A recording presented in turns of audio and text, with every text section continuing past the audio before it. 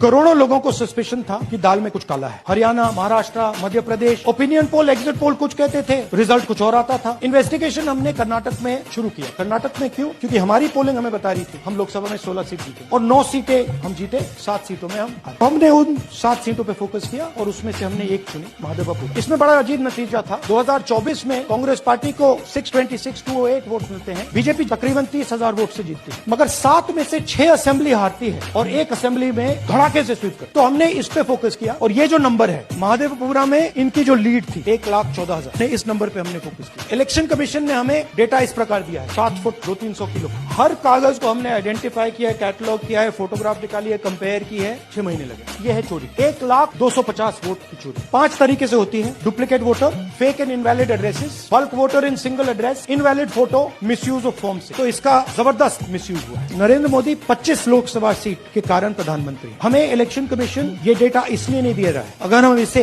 बाकी लोकसभाओं में करा देंगे तो देश की लोकतंत्र की सच्चाई बाहर आ जाएगी। ये क्रिमिनल एविडेंस है और इलेक्शन कमीशन देश में पूरे एविडेंस को डिस्ट्रॉय करने की सोच है। मैंने जैसे कहा 21वीं सदी है, एक हार्ड ड्राइव पे आप पूरा डेटा रख सकते हो, 100 साल 200 साल का डेटा रख सकते, जितना रखना है रखते। मगर इलेक्शन कमीशन 45 दिन में सीसीटीवी को खत्म करना चाहता है, वोटर लिस्ट नहीं दे रहा। तो they are colluding with the BJP, they are helping the BJP destroy the election system in India.